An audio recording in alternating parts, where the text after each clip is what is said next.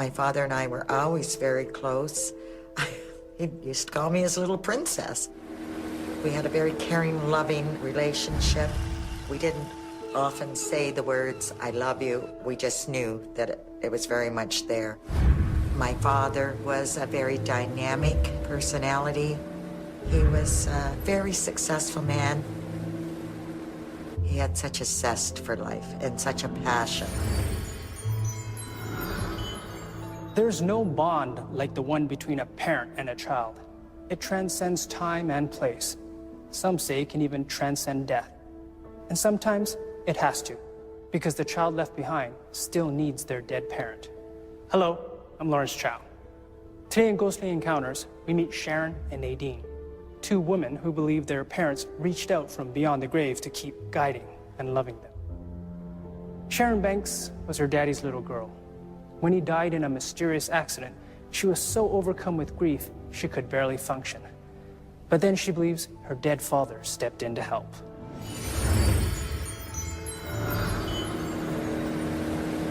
My father had gone out on the cruiser on his own.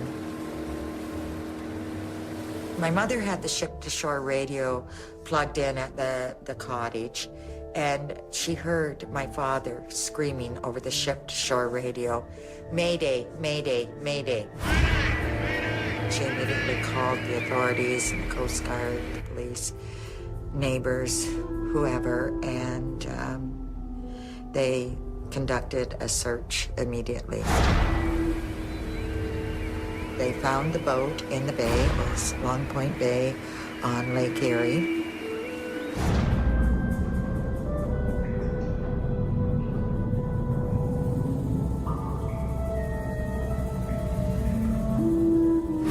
They found the cruiser, but they didn't find my father.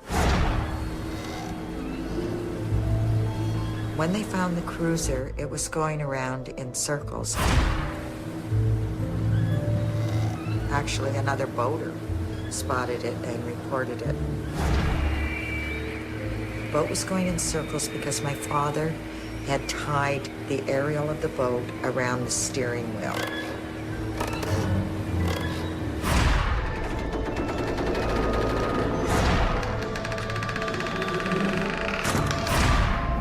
There was a big, long, huge investigation into this.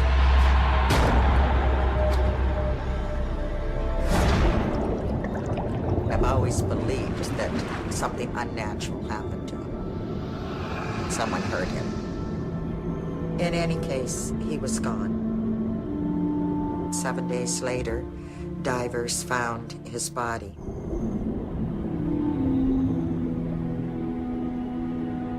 Then came the funeral.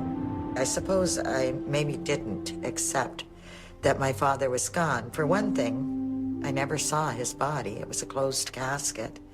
And for another, I just couldn't believe that he could be taken from us like that. I believe I became quite anxious.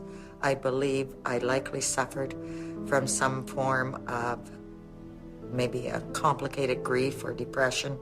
I just could not believe he was gone.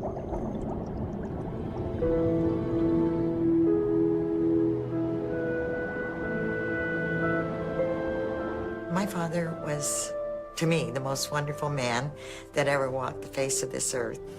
My father always looked very, very businesslike, even at the beach, even when we went out on the boat.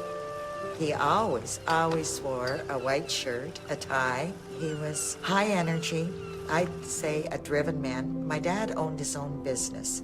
He was very, very successful. So I was extremely, extremely proud of my father. And with my first paycheck, I went out and bought the entire family, some clothes. I was proud of myself. And I bought my father a plaid shirt. It had very small checks in it. And gee, wonder if Dad'll wear this, because all he ever wears is white, and I'm sick of it. And he was so proud of that shirt. I don't think he ever took it off. Very wonderful man with great sense of values. Family was the most important thing to him.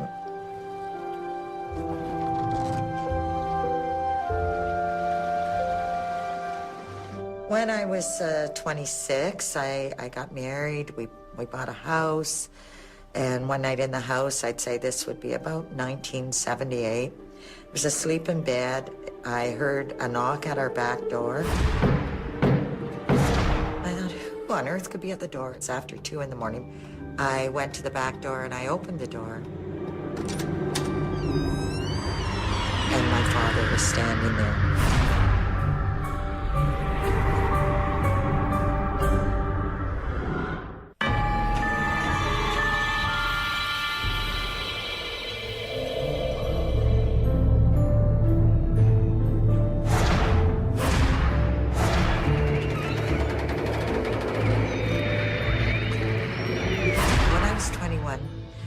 My father passed away very suddenly and, in my opinion, somewhat mysteriously.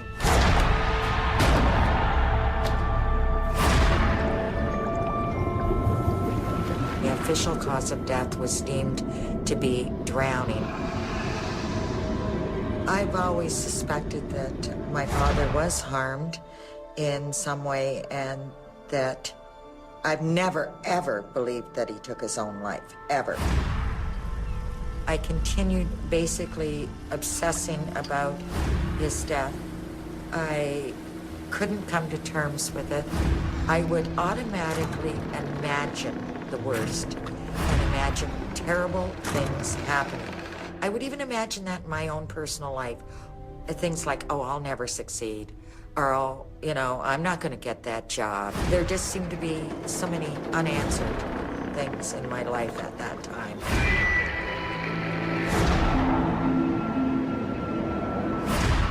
One night I was sleeping. I heard a knock at our back door.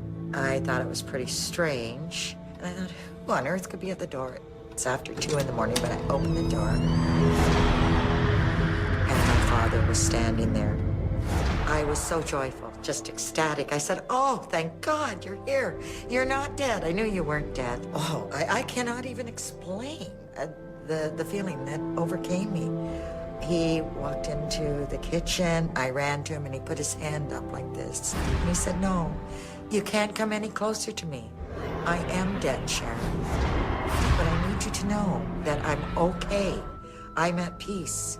Now you need to be at peace. And I said, well, Dad, at least take off your coat. You're dripping wet. And he said, Sharon, I have to go, but be at peace, be at ease. I'm okay. And he took a couple of steps because he was just inside our back door. And he stepped out onto the deck. And he disappeared. He totally disappeared.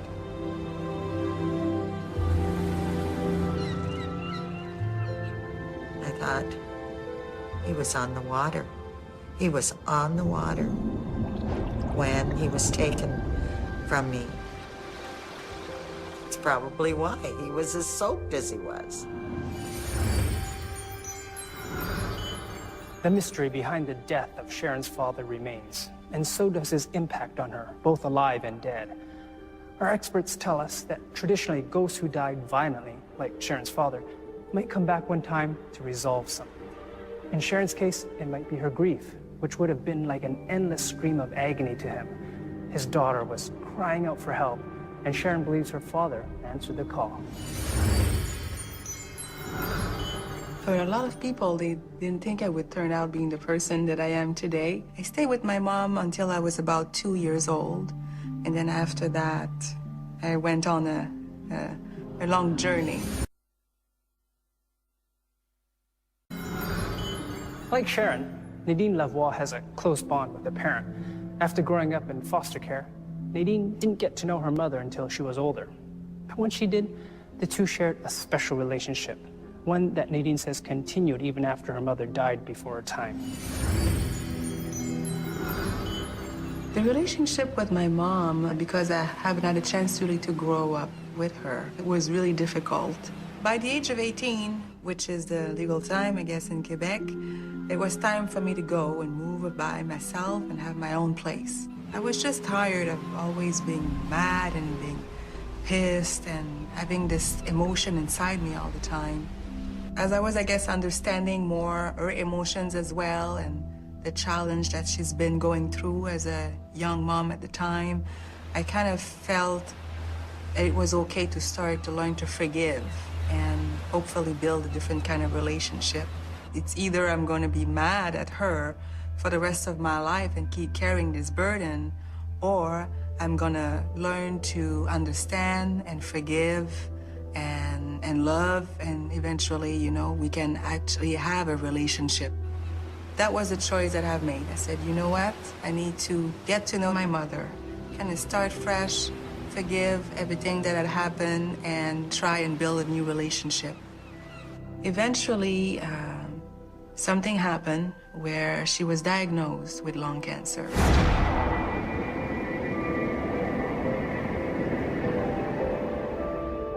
My mom went to the hospital and they entered the palliative care.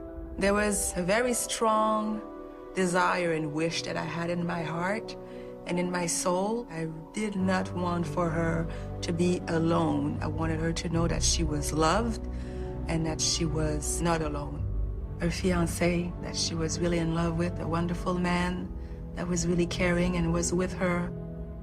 So I've decided to stay at the hospital to sleep there.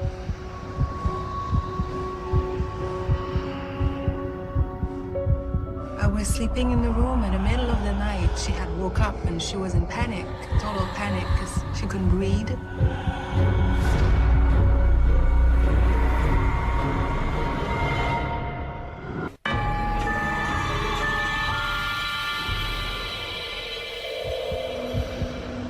I was sleeping in the room in the middle of the night. My mom woke up and she was in panic, total panic, because she couldn't breathe. So I go to reach her and try and perhaps fix her pillow so she's more comfortable.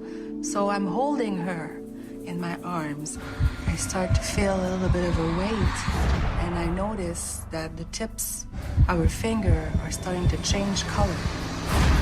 At that moment, as I was holding her, I knew that she was dying in my arms.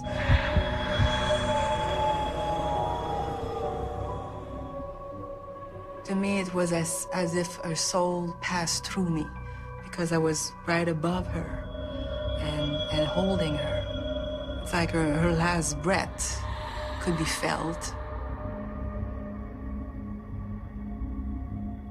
I just put my cheek next to her cheek, and I started talking to her and thanking her for everything that she has done.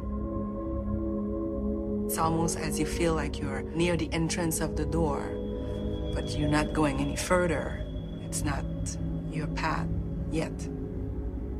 I really wanted her not to be alone on that last moment. And I have never told her that, actually, but it was something that I really strongly wanted. And for it to actually happen this way, it was like a prayer was answered for me. I always said my mom was a disco queen. She just loved disco. And it was part of the discussion before she had passed that she wanted to have disco music to be playing in the funeral home where she would be shown. So you can imagine the people walking and hearing Donna Summers and the Bee Gees playing in the background. It was just really unconventional, but that was my mom.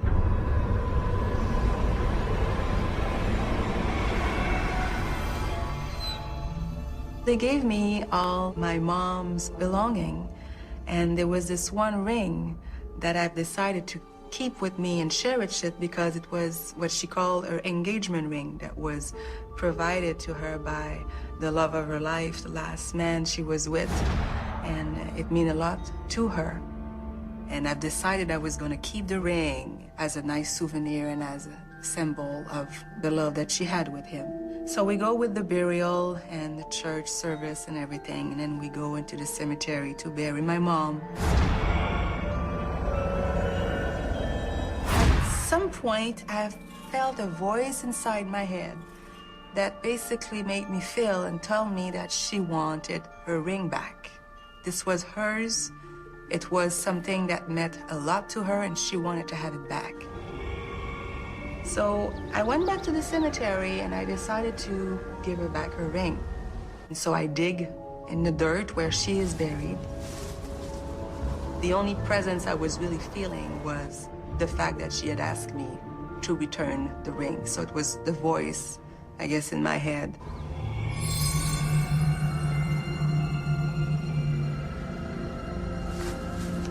Then I felt the relief.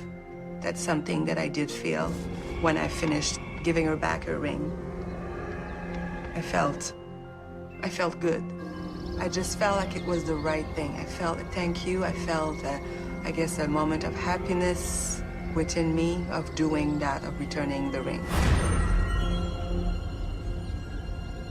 The next step is now to go to the apartment to clean her belongings, to give away to charity. My mom was living with a fiancé at the time, and he tells me, Nadine, this is so bizarre. I've been dreaming about your mom. And I'm like, okay. And she woke me up. I'm like, she woke you up? She's like, yes. She actually tickled my feet, and she woke me up. Apparently, she spoke to him and kind of guided him to go and find something in the drawer. There, all of her sweaters are folded nicely, and then in one of her favorite sweater, it opens up, and there he shows me the ring. And I was so scared that I told my mom at that time. I said, Mom, if you're anywhere here, please do not show up, because I'm gonna pass out. I cannot deal with anything like that. I just kind of felt that voice inside me that I needed to tell him something. I felt a pinch, like in the bottom of my neck and my shoulder, and I had a shiver that came through me that I've never experienced before. My whole spine. I knew at that time that was her way of communicating with me. She wanted him to have that ring, not me. It's a symbol of your love, and she wants you to keep this ring. And now she's confirming that this is exactly what she wants. There was always a little something special after that I always felt that my mom was around. Years goes by, and then I went one day to visit her at the cemetery as I was visiting the Gaspé area. As I was walking towards where my mom's buried, I noticed that there was a beautiful pink rose on top of where she's buried. And I knew from the voice again inside of me that this was a rose that she was giving me. I remember laying there that day and listening to disco music and just spending time with my mother.